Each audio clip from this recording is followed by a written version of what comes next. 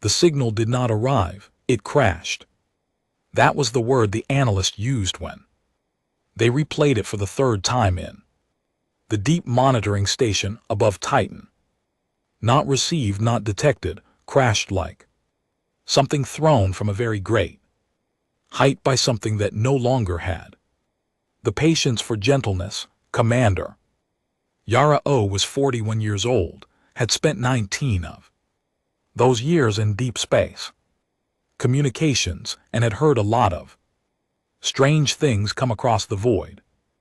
Pulsar rhythms that sounded like breathing, gravitational echoes from dead stars that almost resolved into patterns. She had never once believed any of it was anything other than physics doing what physics does.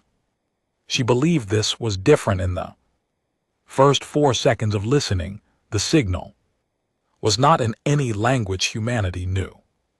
That part was expected. What was not expected was that it took the translation AI less than 6 minutes to crack the base structure, not because the language was simple, because it was desperate. Desperation, it turned out, had a universal grammar, short bursts, repetition, the same clusters hammered over and over like a fist on a locked door. Come, they are here, come.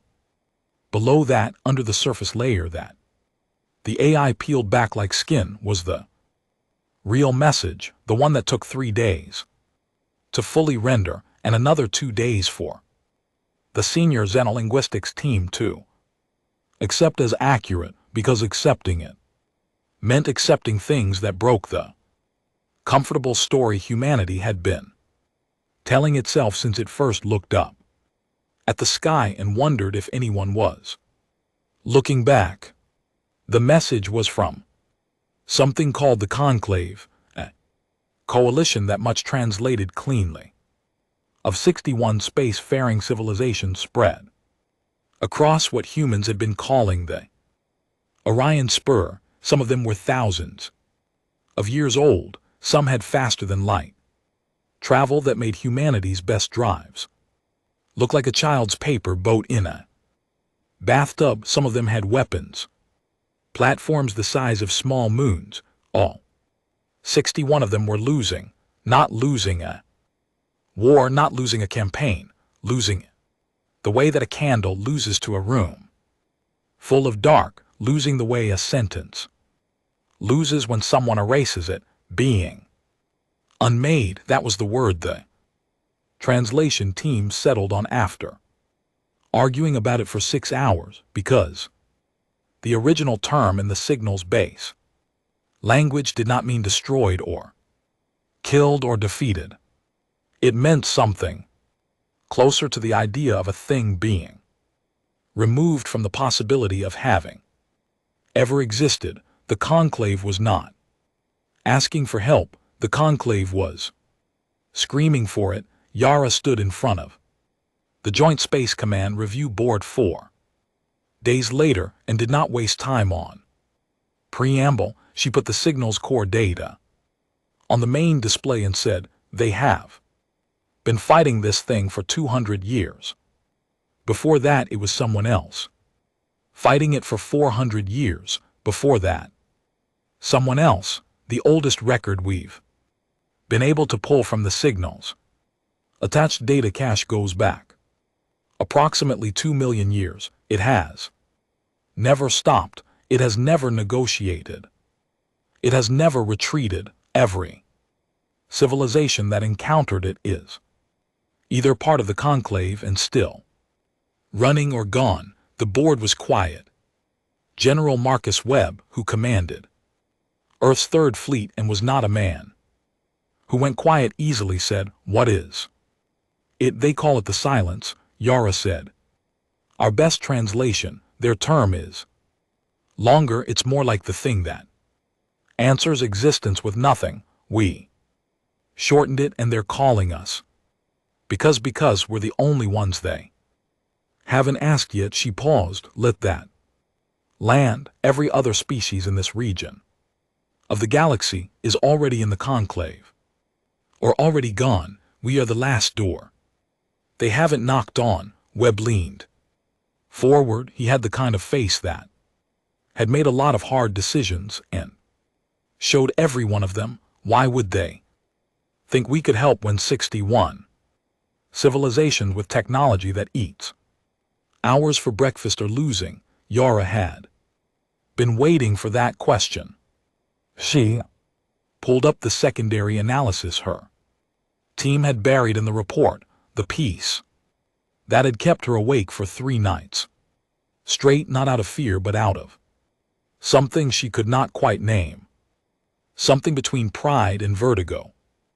Because she said, buried in the data cache alongside their distress call was an observation report about us. They've been watching humanity for approximately 300 years. She clicked to the relevant section. They watched us fight each other, 2 world wars, dozens of smaller ones, the colonial period, the resource conflicts of the 22nd century, the Mars secession. She let the list sit there on the screen. They are not calling us because they think we're powerful, she said.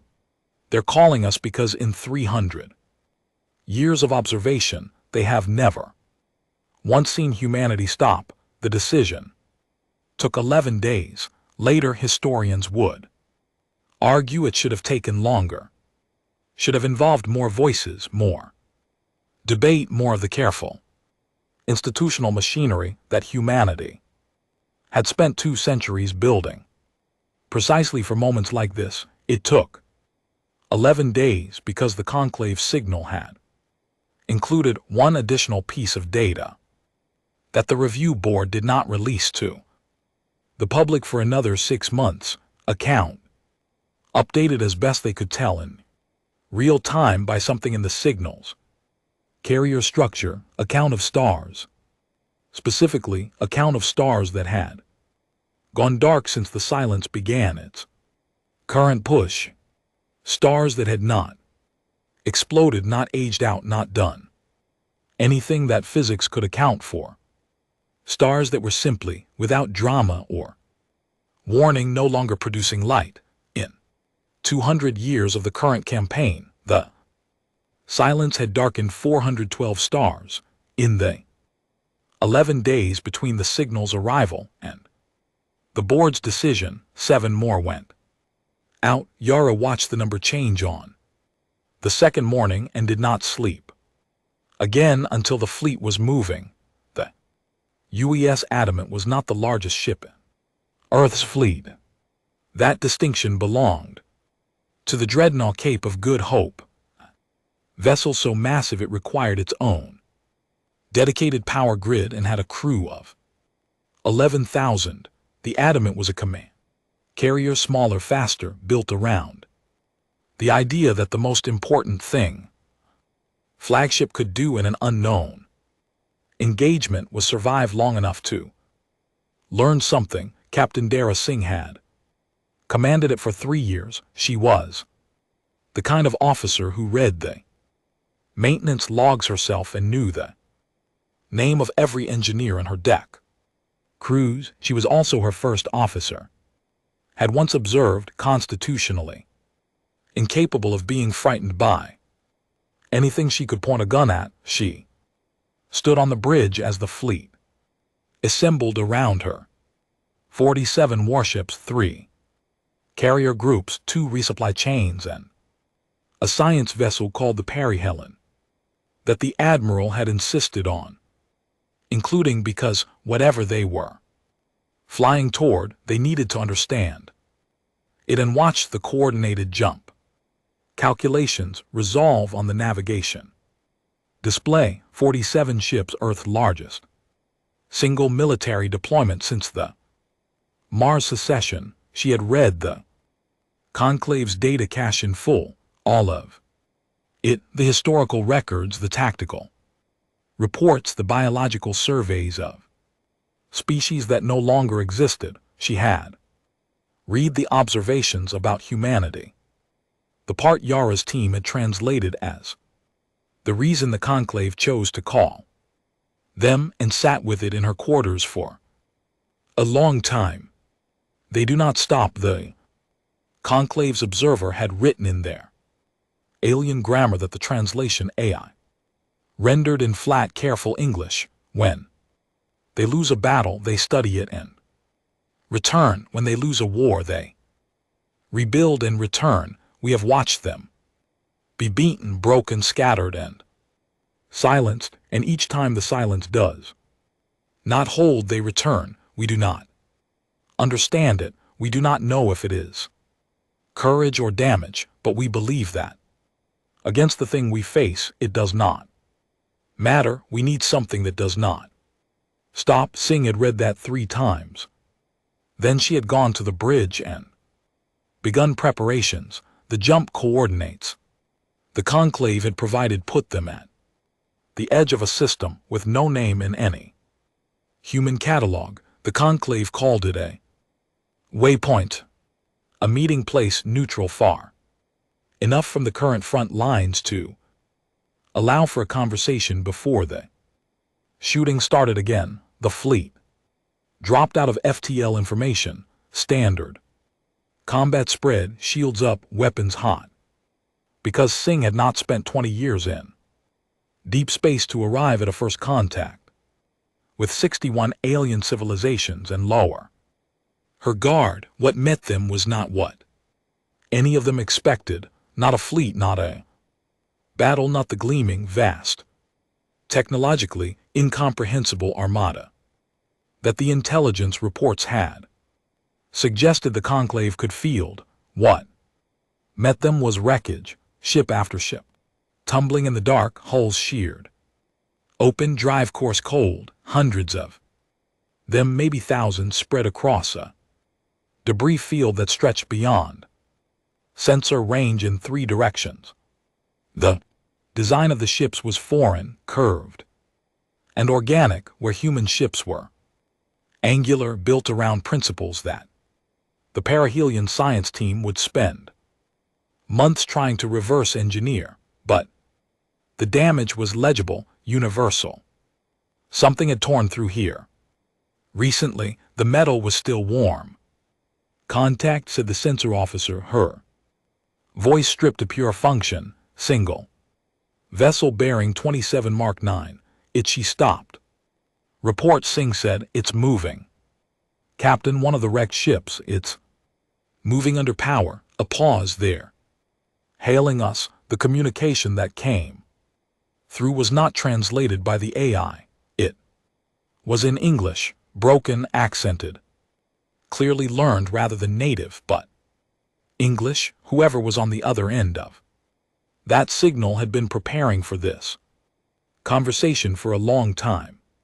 Human ships. The voice was layered, not one voice but many, slightly offset, like a chord played on an instrument with too many strings. You are late. We are grateful anyway. A sound that might have been a breath or might have been something else entirely. We must speak quickly. The silence tracked our signal. It knows you are here now. Singh looked at her tactical display at the wreckage field, at the single ship still burning in the dark, at the count of darkened stars updating even now in the corner of her screen. We're listening, she said.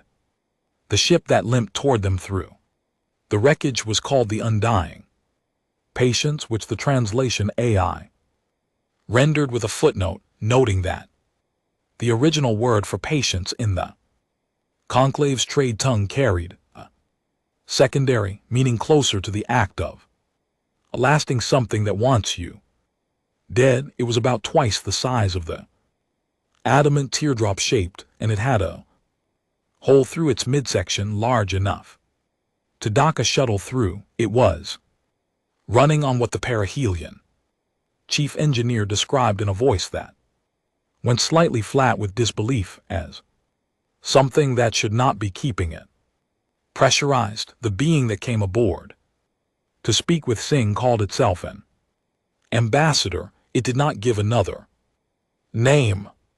It stood approximately 9 ft tall, moved like something that had evolved in low gravity and never quite adjusted to the standard kind, and had 4 arms, arranged in 2 pairs at different heights on its torso. Its face was a cluster of sensory organs that human neurology refused to resolve into anything familiar. It wore what appeared to be a garment made of material that shifted colors slowly like oil on water, though the science team later determined it was not fabric at all, but a kind of living membrane that regulated the ambassador's body temperature. It sat across the conference table from Singh Webb, who had come aboard the SL Adamant specifically for this meeting, and 3 other senior officers, and it spoke in its layered too many strings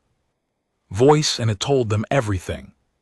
The silence was not a species. That was the first thing, the thing that made the room go very still. It had been built 2 million years ago by a civilization whose name had been lost so completely that even the Conclave's oldest records contained only a symbol for it, a circle with line through the center, which the Conclave's historians had been arguing about for centuries. Some said it meant first, some said it meant ended, some said both. This civilization, the circle people, Webb's notes called them, because he was a practical man who needed to call things something, had built the silence as a weapon. This was not unusual. Many civilizations built weapons. The difference was the scale of the ambition.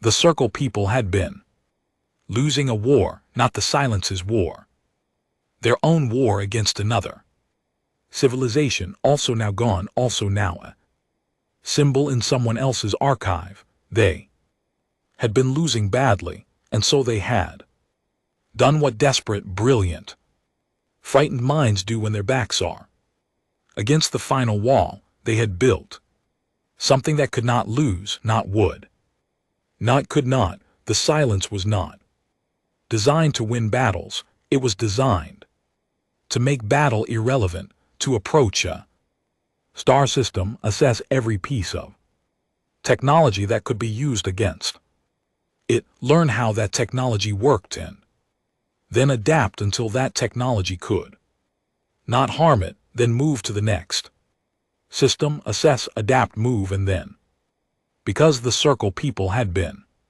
thorough, there was the secondary directive, the one that had outlasted the war, outlasted the circle people, outlasted the civilization they had been fighting, outlasted everything. If a civilization develops the capacity to threaten the silence does not simply adapt, it removes that civilization from the equation entirely.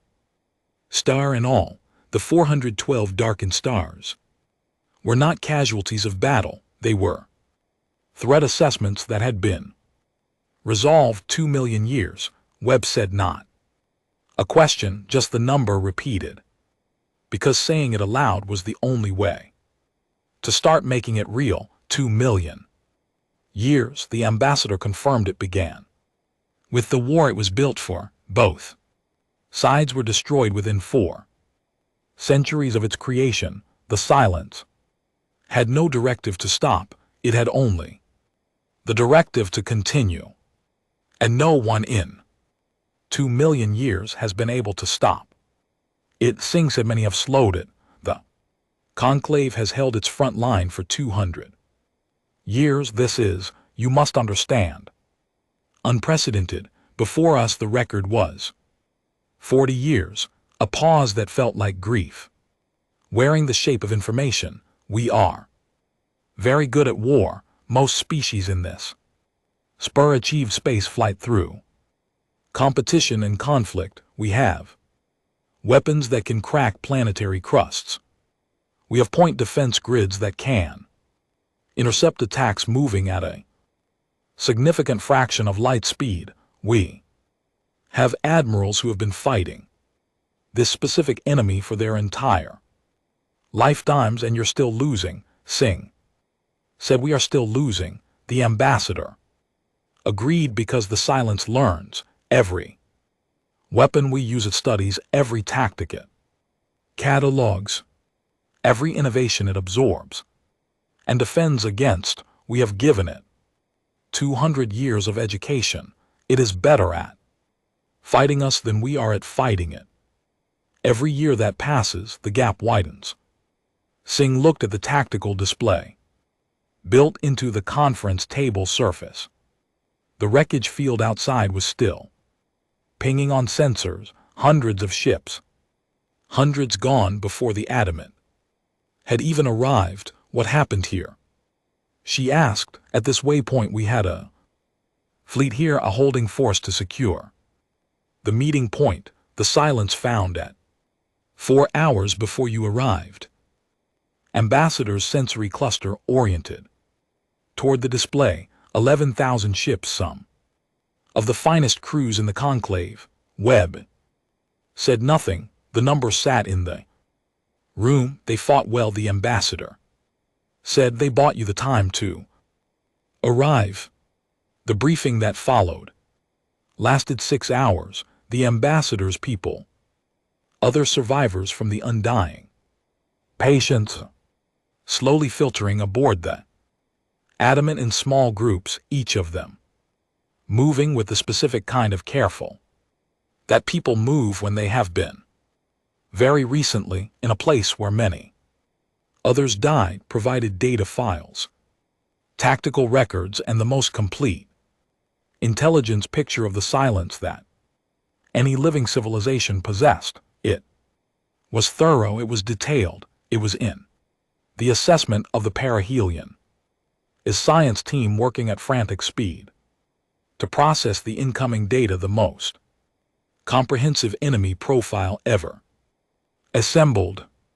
It was also as Lieutenant Commander Jong Min Jun from the Adamant Tactical Division observed privately to Singh during a break, terrifying in a specific and particular way that had nothing to do with the silences or power. It's not the weapons that bother me, he said. They were standing in the narrow corridor outside the conference room, both holding coffee, both looking at nothing. We've got bigger weapons than we thought. The conclave has bigger weapons still. That part I can deal with. What's bothering you? Singh said.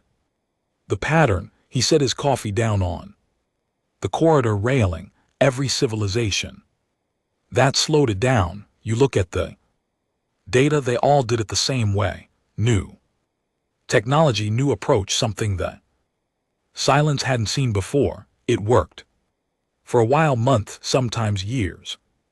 Then the silence adapted and came back harder. He picked up his coffee again. Every new idea just made it smarter. Singh had noticed the same thing, had been sitting with it for 3 hours. So the question, she said, is whether we have something new enough to match her. The question, Minjin said, is whether anything new is actually what we need. That night, ship's night, Adam manned internal clock cycling through its artificial dark. Singh sat in her quarters with the full data file and read it end to end, not the summary, the raw record. 2 million years of civilizations rising and falling and fighting and failing, compressed into file sizes her terminal could barely process.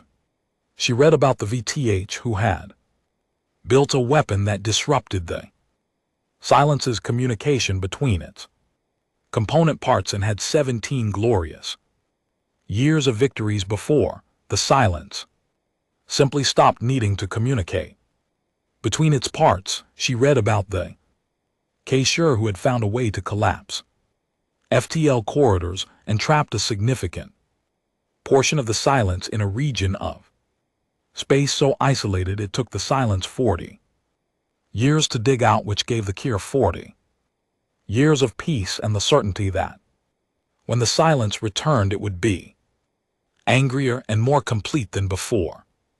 She read about the Conclave's own innovations, 47 of them, 47 new approaches in 200 years, each one buying time, each one eventually absorbed, each one adding to the silence's growing catalog of how to be unopposable. She closed the file at 300 and sat in the dark. The Conclave had called humanity, not because humanity had better weapons, not because humanity had smarter scientists or more creative engineers or more powerful drives. They had called humanity because of the observation, the 300 years of watching, the word that translated as they do not stop, sing. Understood now why that had looked like an asset to the Conclave. She also understood why it might not be enough. The silence arrived at the edge of the system at 611, not the whole of it. Later analysis suggested this was a fraction, a scouting element, a tendril extended to probe the new variables the signal had introduced into its models.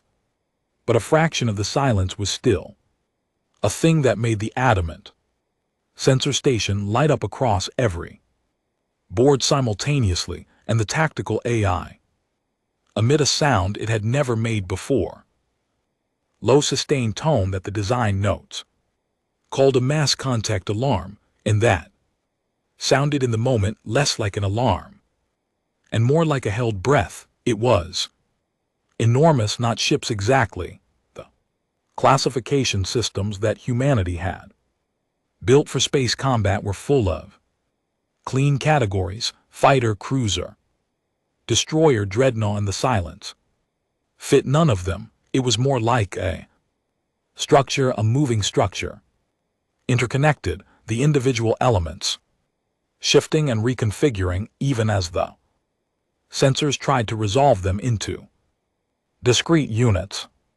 It breathed, or something that looked enough like breathing, that the word attached itself and would not let go, and it was watching them, not attacking, watching the way something watches when it is deciding whether you are worth the data. All ships sing, said her voice, flat and clear, and carrying everything she needed it to carry: battle stations. Then she opened a channel to the undying patience where the ambassador was still resting after 6 hours of briefing. Ambassador, she said, you need to see this. There was a long pause. When the ambassador responded, the layered voice had something in it that Singh had not heard before. She did not have a word for it in English. Later, the translation AI would flag it and suggest the closest approximation. The suggestion was the feeling of recognizing something you hoped you would never see again. Yes, the ambassador said, we do. The first thing the silence did was nothing. This, the ambassador explained, was bad. When it observes without acting, it is building a model. It said they were on the bridge. Now, all pretense of a formal briefing. Location abandoned in favor of wherever the screens were. It is calculating the most efficient path to your removal. It may take minutes, it may take days. When it finishes, it will not hesitate. How do we know when it's finished? Singh asked. You will know, the ambassador said, because it will start. The silence hung at the edge of the system like a thought that had not yet become a word. The sensors tracked it constantly. It did not move closer. It did not move away. It simply existed out there in the dark and watched humanity's 47 ship fleet with the patient, comprehensive attention of something that had been doing this for 2 million years and found waiting entirely comfortable. Singh spent 40 minutes watching it. Then she turned to Mjan. I want every piece of combat data we have from the past 300 years, she said. Every war we've fought, every conflict on record. Mjan blinked against the silence against each other. The conclave had given them 6 data files on the silence's tactical behavior, detailed, precise, and in the opinion of the adamant tactical team, almost certainly incomplete because the conclave was still learning as they briefed. But Singh was not looking at those files. She had pulled up humanity's own records, not because she had a plan, because M-John and LT, Unk and GT's words from the corridor were still in her head. Every new idea just made it smarter, and she was trying to find the thread in her own civilization's history that the conclave had seen from 300 years away. The wars were ugly. They were always ugly close up. The resource conflicts of the 22nd century had been particularly bad. 3-sided, badly supplied, running desperation and ideology in equal parts.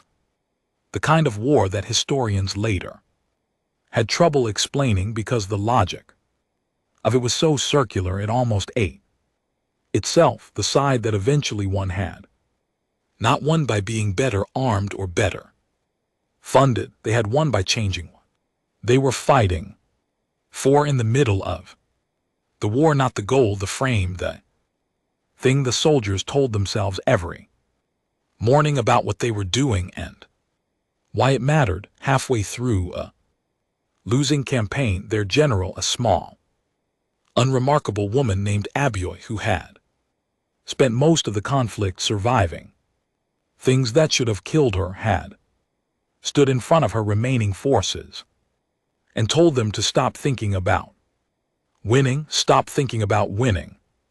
She had said, according to the record, "We are not trying to win, we are trying to still be here. Those are different problems." The campaign that followed was not elegant. It was not a brilliant tactical reversal. It was stubborn, costly, improvised, and deeply weird in ways that military theorists still argued about. It worked because the other side kept expecting Abio's forces to behave like an army that was trying to win, and Abio's forces kept behaving like something that was simply refusing to stop existing. Singh closed that file, opened another, the Mars secession, the Jovian blockades, the asteroid belt skirmishes of the 2190s, different conflicts, different centuries, different technologies, and running through all of them like a wire, the same pattern, the same thing the conclave had watched from their deep space observatories and circled in their reports and flagged and discussed, and eventually 200 years into their own losing war decided might be worth importing. Humanity did not fight to win. Humanity fought because stopping had never at any point in its history seemed like an option it was capable of choosing. The silence adapted to strategies, to technologies, to innovations. The question was whether it could adapt to something that was not a strategy at all. She called the command meeting at 900 and put Abio's record on the screen without context. The captains of the other 46 ships were present via holographic relay, their faces arranged in a grid that filled half the bridge. Behind some of them, Singh could see their own blitz, their own crew, the quiet, controlled tension of people who had been watching something vast and patient and terrible sit at the edge of their sensors for 3 hours. She let them read the record. Then she said, "Though silence has beaten every civilization that tried to outthink it, it learned every weapon, absorbed every tactic, adapted to every innovation. It is smarter than any single mind and older than most civilizations. We cannot outthink it." No one said anything, which was the right response, but they conclave didn't call us because they Thought we were the smartest people in the galaxy, Singh said. They called us. Because in 300 years of watching us, they never saw us decide that losing meant stopping. She pulled up the tactical display, the silence on one side of the system, the fleet on the other, the math of it, tonnage, firepower, the conclave's technical assessments of the silence's current adaptive state was not favorable, not remotely. We are not going to defeat the silence today, she said. I want to be clear about that. We are also not going to die today. What we are going to do is make contact with it, actual combat contact, and make sure that when it builds its model of us, it builds in. Be an accurate one. Captain Voss, commanding the Dreadnought, Cape of Good Hope, said. You want to let it study us? I wanted to study something true, Singh said, because every other civilization gave it the best of what they had, their finest weapons, their cleverest tactics, their most advanced technology, and the silence learned those things and moved on. She looked at the grid of faces. We are going to show it something it has never cataloged. We are going to show it something that doesn't have an upper limit to adapt to. The ambassador, standing to one side of the bridge where it had been silent since the meeting began, spoke. What is that? Singh looked at it. We're going to show it that we don't care how good it gets, she said, because getting better was never the point. The first contact was at 11:47. The silence moved when it was ready, not when provoked, not in response to anything the fleet did. It simply decided it had enough information and began. What it sent first was not a weapon, it was a probe, a fragment, itself an appendage of that vast interlocked structure, separated and directed toward the fleet with the smooth efficiency of something that had done exactly this thing countless thousands of times. The probe was roughly the size of a heavy cruiser. It was not shaped like anything. It was a collection of components and geometries that the silence had found useful in varying combinations over 2 million years and was currently assembling in a configuration calibrated for maximum threat assessment of unknown variables. The fleet had been briefed on this. The ambassador had described the probing methodology in the data files. Every conclave captain who had ever seen this moment had a version of the same memory. The probe coming in, the exchange of fire, the probe absorbing and noting and retreating, and the silence building slightly more complete picture before sending the next wave. What the silence had not seen in 2 million years of probing was 47 ships that stopped moving, not stopped firing, not stopped fighting, stopped fleeing. Standard doctrine, human conclave.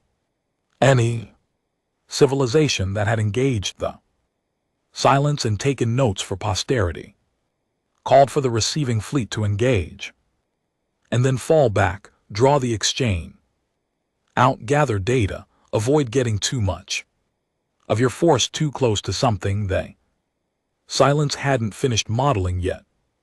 Singh held the fleet in position. The probe reached effective weapons range and opened fire. An Adamant took a hit on the port flank that blew out 2 shield generators and vented a section of the secondary hull. Menjin reported it in a flat voice. Singh said, return fire, all ships, do not break formation. The tactical AI flagged this as contrary to doctrine. Singh turned the flag off. The exchange lasted 9 minutes. The probe took hits from 47 ships simultaneously. A wall of fire it had not anticipated because no fleet in its catalogued history had chosen to concentrate force at the cost of maneuverability. It absorbed the hits, adapted in real time, its exterior composition shifting in ways the perihelion science team watched with horrified fascination. But it had not finished.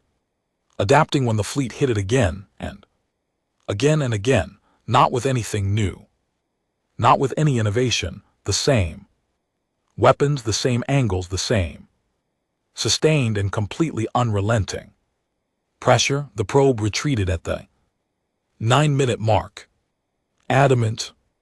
Bridge was quiet. The damage reports came in. 4 ships had taken significant hits. None were destroyed. The ambassador said very quietly, it retreated. It needed to recalibrate. Mjan said. He was reading his screens with an expression that Singh couldn't quite interpret. It's seen weapons adapt to it before. It hasn't seen a force that just kept going after they stopped doing damage, because no one has ever done that. The ambassador said, when a weapon stops being effective, you chain the weapon. That is strategy. That is logic. Sure, Singh said. She was watching the silence reform at the edge of the system. We've also got a pretty strong cultural tradition of hitting things that aren't hurting them anymore, just because stopping feels like losing. She paused. Turns out that's useful. Silence did not attack again that day. It sat at the edge of the system, and Singh was increasingly convinced, thought very hard about what had just happened. Not in the way a person thinks, in the way a machine built for 2 million years of adaptation thinks, with the whole of its vast, distributed, interconnected intelligence turned toward a new data set and the problem of what to do with it. The conclave forces brought up to speed on the engagement via the dying patient's communication system sent back a response that the translation AI rendered as a mixture of confusion, hope, and something that did not translate cleanly, but that one of the linguists privately described as the feeling of watching someone do something you thought was impossible simply because they didn't know it was impossible. The ambassador stood beside Singh at the observation window, looking out at the dark, and was quiet for a long time. Then it said, "Our observers were right." Singh looked at it. They wrote that they did not know if it was courage or damage. The ambassador said, "What they saw in 300 years of watching you." It turned its sensory cluster toward her, and Singh had the strange feeling of being looked at by something that had seen civilizations end and was genuinely uncertain what it was seeing. Now, I think now that it does not matter. Singh turned back to the window. The silence was still out there, still thinking, still building its model. No, she said, it doesn't. The silence came back on the 3rd day with everything. Not a probe, not an assessment. The full weight of what it had committed to this region of space. The structure Singh had first seen on sensors, the breathing, reconfiguring vast and terrible thing that had darkened 419 stars, came in from the edge of the system in a movement that the tactical AI described as a coordinated advance before running out of appropriate military vocabulary and simply generating a trajectory map that showed every ship in the fleet how little time they had. 22 minutes all.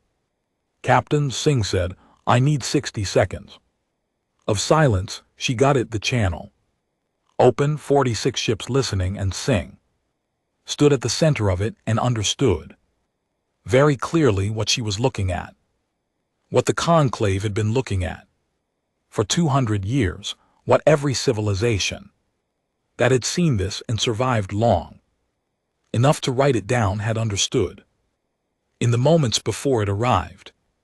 It was Not just big, it was complete. That was the word for it. The Silence had spent 2 million years becoming the most efficient engine of removal ever constructed, and looking at its full advance on the tactical display was like looking at a proof, a mathematical certainty in the shape of something that moved. She thought about Abioi, small, unremarkable, standing in front of what remained of her forces and telling them to stop trying to win. We are not trying to win, Singh said into the channel.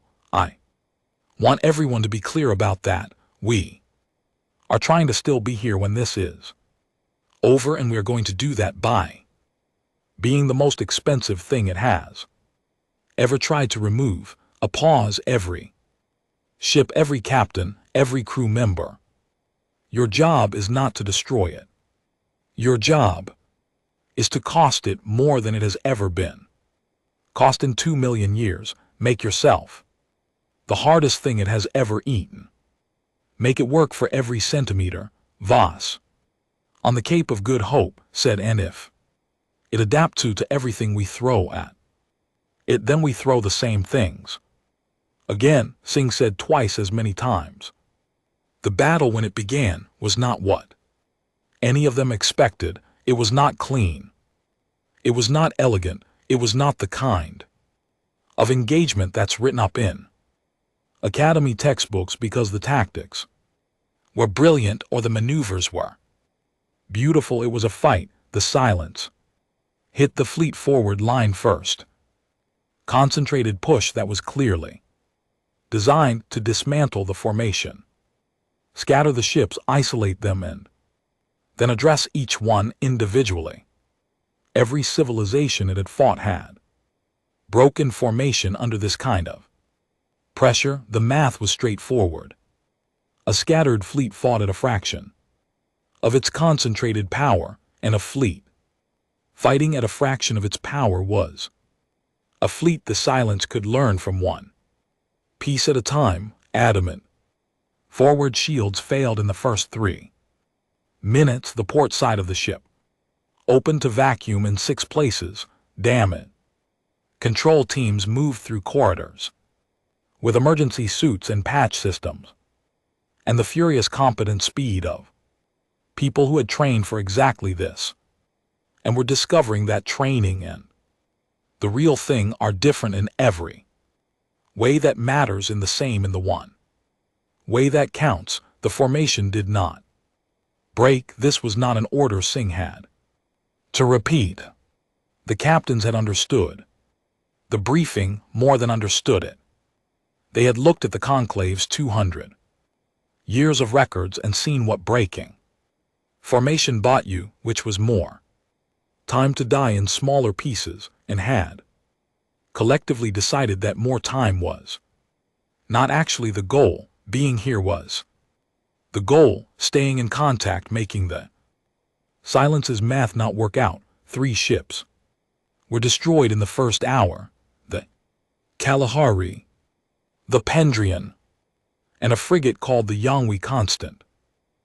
Singh received each report with the specific weight that comes from knowing names, not just whole numbers, not just tonnage and capability assessments, but the names, and behind the names, the faces of briefings and pre-employment reviews, and the mundane machinery of command that links commanders to crews and set each one down in the part of herself that was keeping a separate account. Later, that was the agreement she made with herself. She would feel all of it later when there was time.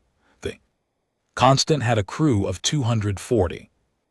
Katsahari, 800. The 400 and some later. What the Silence could not account for was not the weapons. It adapted to the weapons on a rolling basis, its outer structure shifting and reconfiguring in real time as the fleet fire found new angles and new combinations. It was extraordinary to watch, even in the middle of trying to survive it. The perihelion His science team was running full sensor analysis throughout the battle because the order was everything we learn matters and we are going to survive long enough to use it, and the data they were capturing was unprecedented. The silence, learning in real time, the individual components of it, communicating and updating and distributing new adaptive patterns at speeds that made human neural processing look geological. It was a marvel. It was also losing ground. Not because it couldn't adapt to what the fleet was doing. It could. It was adapting constantly. The problem, and this was a problem that the silence built for 2 million years of engagements that followed the same broad pattern had no ready framework for, was that the fleet kept doing the things it had already adapted to. Every other civilization, when the silence adapted to a weapon, changed the weapon, introduced something new, gave the silence a new problem to solve. The silence had grown extraordinarily good at this process. It was faster at adapting than any civilization was at innovating. The adamant, his fleet kept firing the same things at the same points at the same frequencies. When the silence's outer structure reconfigured to defend against a particular type of energy discharge, the fleet hit it with that exact same discharge again and again. Not because it was still effective, it wasn't, or at least not as effective, but because there was another calculation in play that the silence had not needed to make. For 2 million years, the fleet was not trying to destroy it. The fleet was trying to not stop, and not stopping cost it something too. Every reconfiguration took energy. Every adaptation redistributed resources through the silence's interconnected system. Adapting to a new weapon was efficient. Adapting to a weapon that should have been abandoned and wasn't, that kept demanding attention, kept requiring maintenance of the new configuration, even after the tactical logic for it had passed. That was a different problem. Not devastating, but present a low constant drain on a system that had been optimized for enemies that behaved rationally. The conclave forces, watching via the undying patience, is relay began reporting something they had not reported in 200 years. The silence was slowing down. It was the ambassador who came to sing in the middle of the 5th hour with the analysis.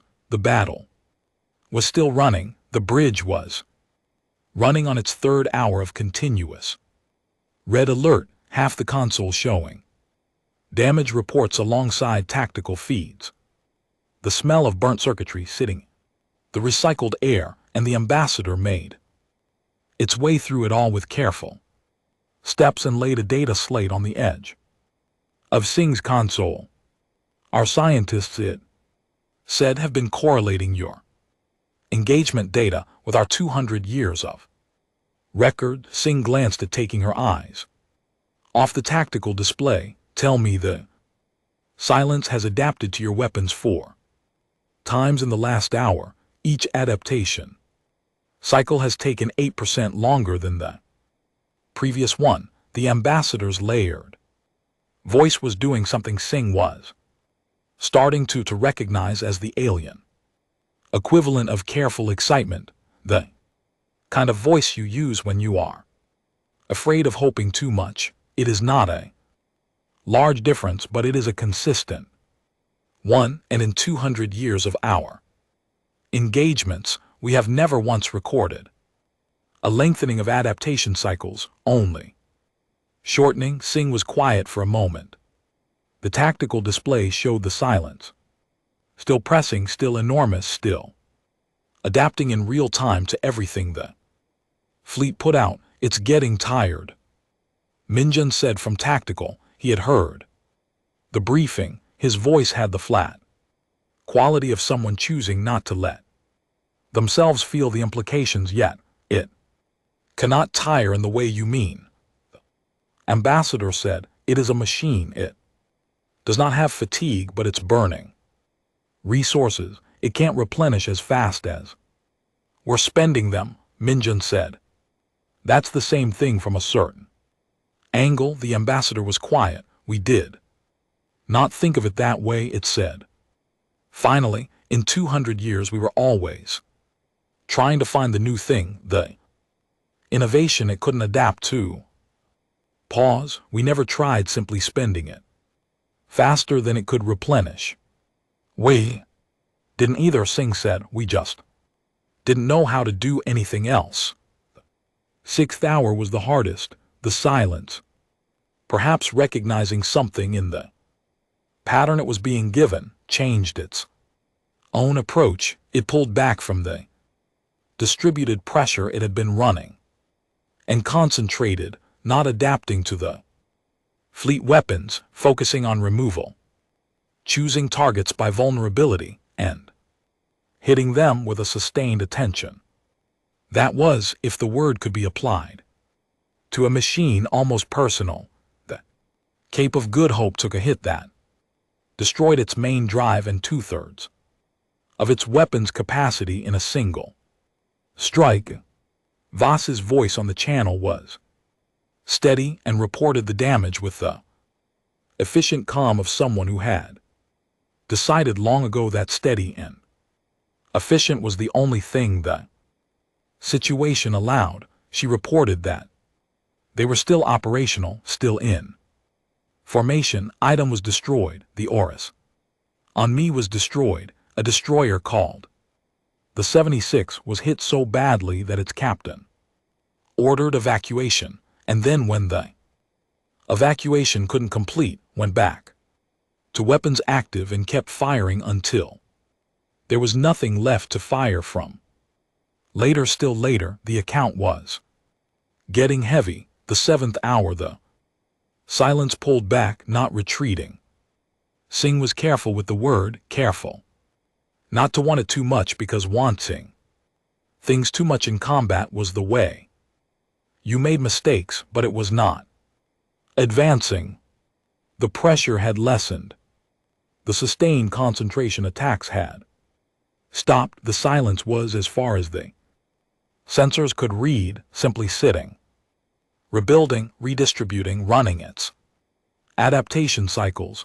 Damage report, Singh said. Mjun gave it to her. 9 ships destroyed, 14 ships with major damage, 11 ships with minor damage. Cape of Good Hope was functionally a weapons platform at this point rather than a warship, but Voss reported weapons still operational and had no intention of leaving formation. The Adamant had taken hits in 4 engagements and was still running on about 60% of its original capability. 24 ships still fully combat capable. The silence outside was an unknown quantity, but the adaptation cycle data the ambassador had laid on the slate was still updating, and the lengthening trend had not reversed. We heard it, Minjun said. We caused it, Singh said. Whether we heard it is a different question. She opened the fleet-wide channel again. Let them hear her voice.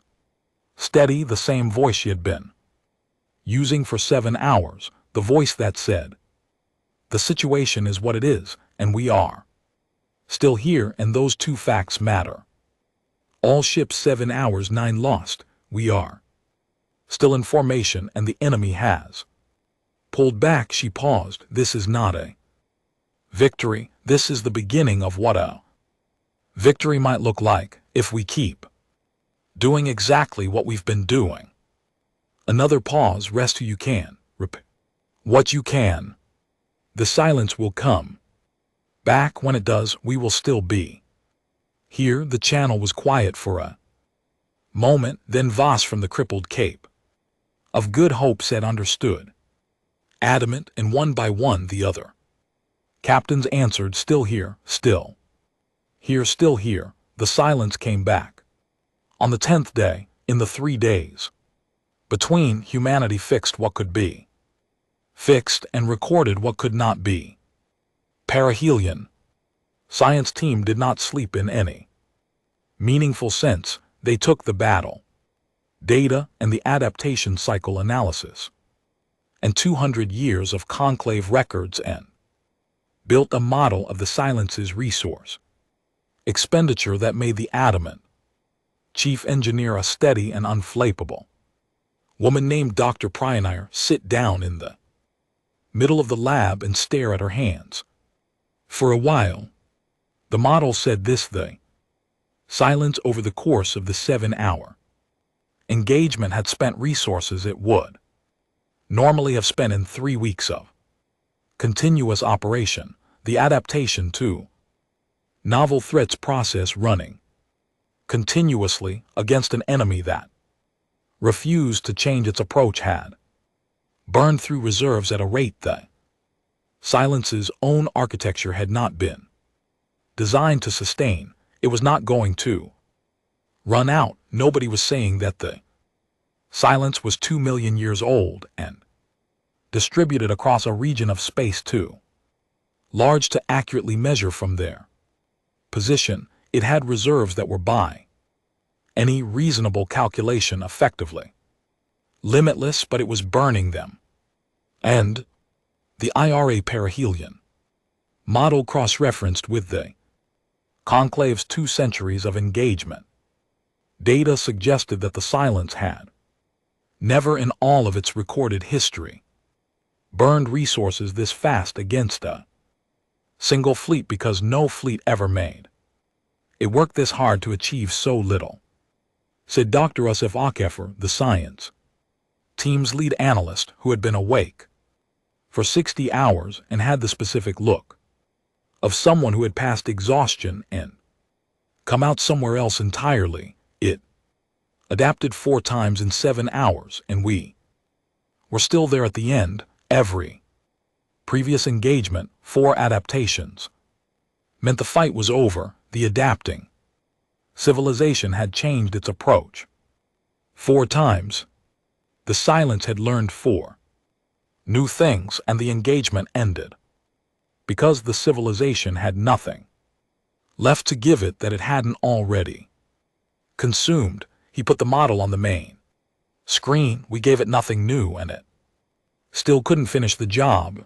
The conclave communicated during those 3 days in a way they had apparently not communicated in the conclave entire 200-year existence. At volume transmissions from conclave member species came in from across the region in a flood that overwhelmed the undying patient's desk communications array and had to be routed through the adder amount his own systems. Most of the messages were in the conclave trade language and took time to translate, but the emotional register needed no translation. Even the ambassador reading the incoming communications with its sensory cluster moving in a pattern Singh had learned to associate with intense focus seemed briefly and unexpectedly moved. They want to know it, said, if what we told them is accurate. That the silence retreated, pulled back. Singh corrected, not the same thing.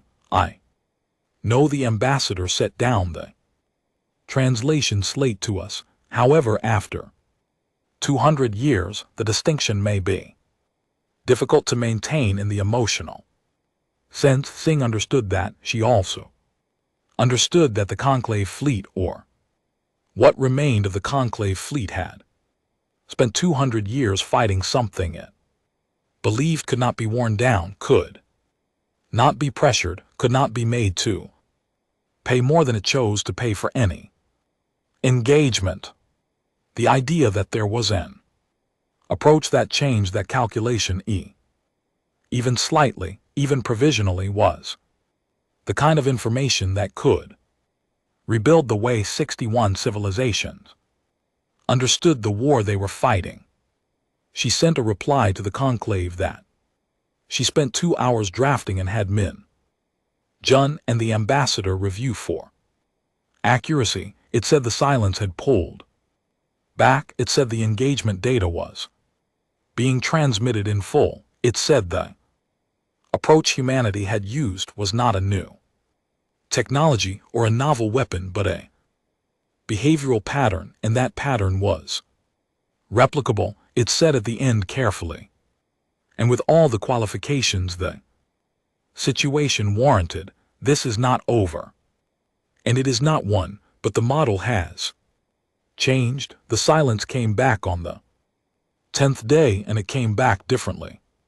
This was what the perihelion, its team had feared and the ambassador had been waiting for. The silence was not static. It had spent 2 million years getting better at what it did, and what it had spent the intervening 3 days doing was precisely the same work it always did, cataloging a new variable and calculating an appropriate response.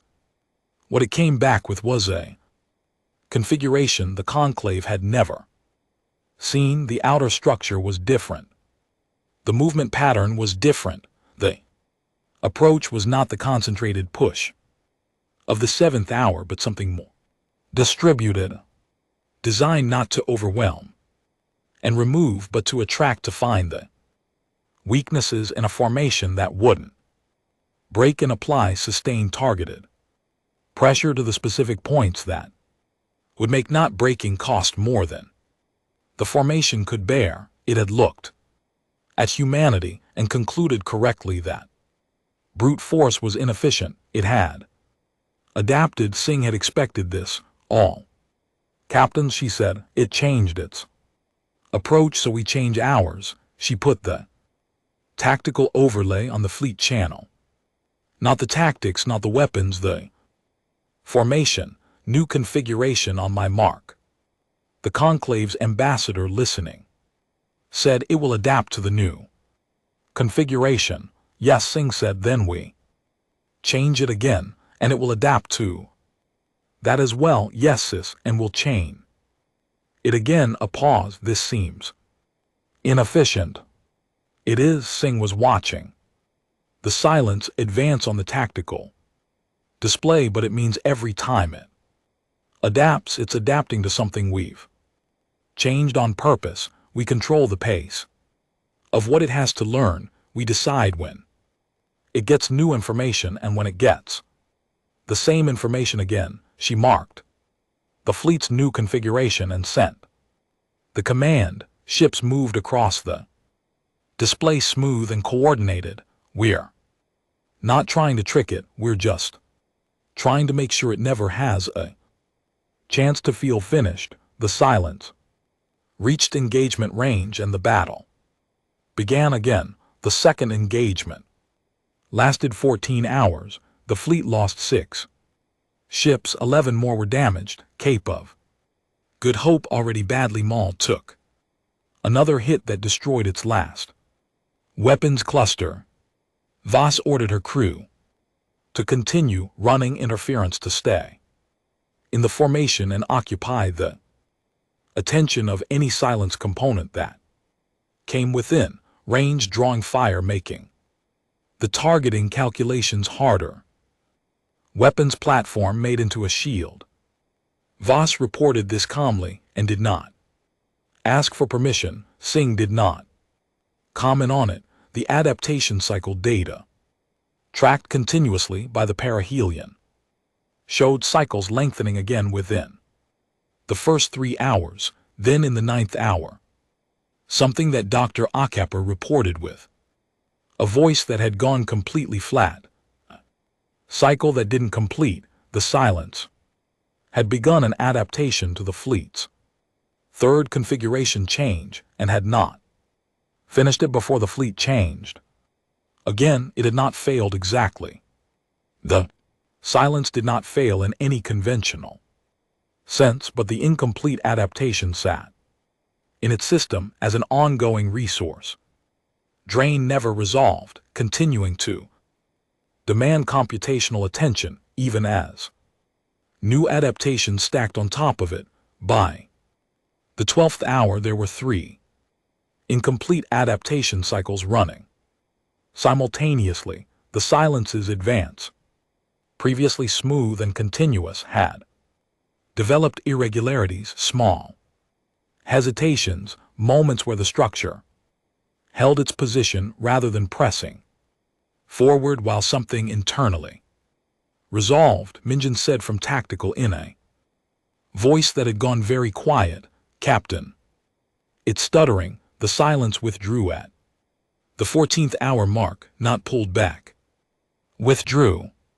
The distinction mattered, because the tactical AI tracking the movement flagged it as the first time in any engagement for which the conclave had data that the silence had changed course in a way that prioritized internal consolidation over tactical position. It was still vast, still present, still dangerous in ways that would require years and resources and lives to fully understand, but it withdrew to a distance that put it outside effective engagement range, and when it stopped moving, Dr. Akepper's monitoring data showed 4 simultaneous, incomplete adaptation cycles still running. It was running maintenance, undying patience, communications array, overwhelmed again, this time with something the translation AI rendered inconsistently.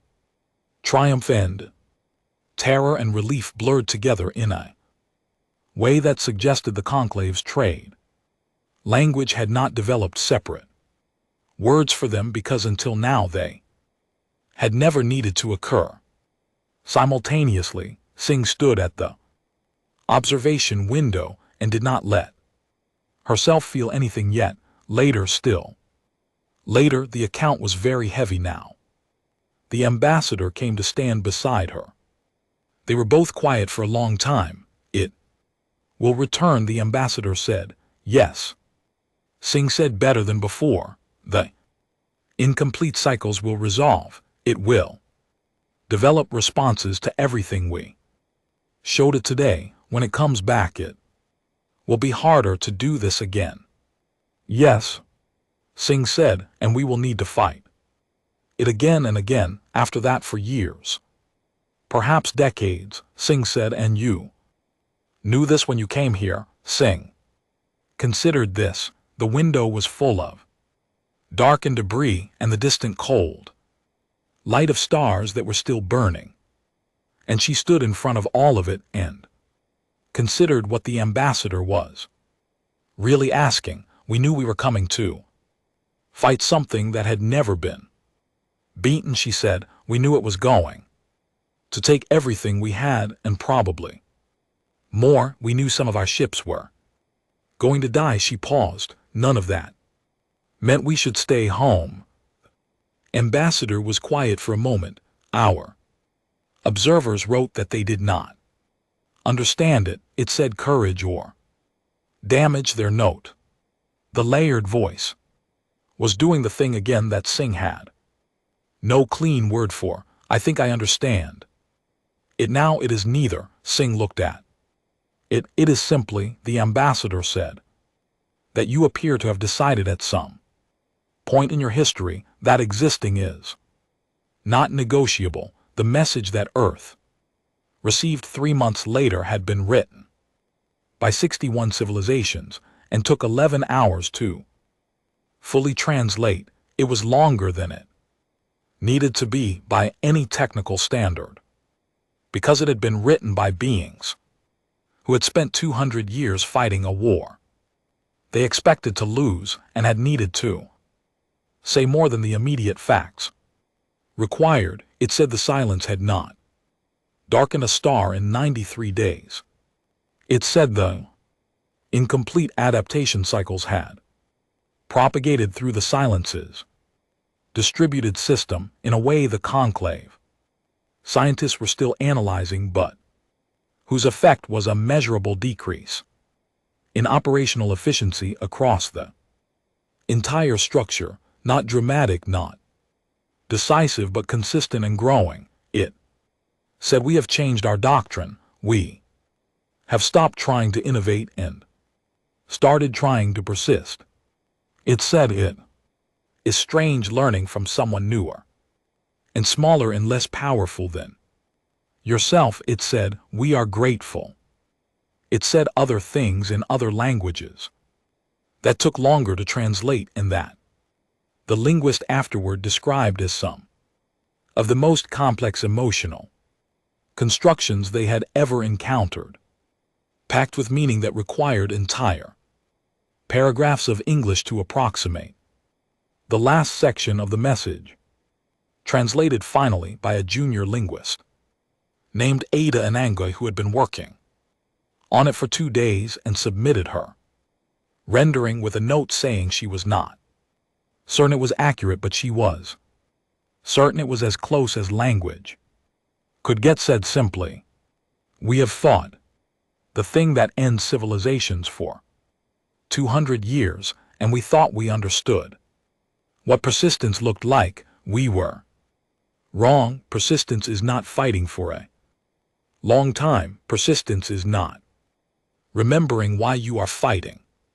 Persistence is, as near as we can, determine a specific and slightly incomprehensible decision to treat stopping as something that happens to other people.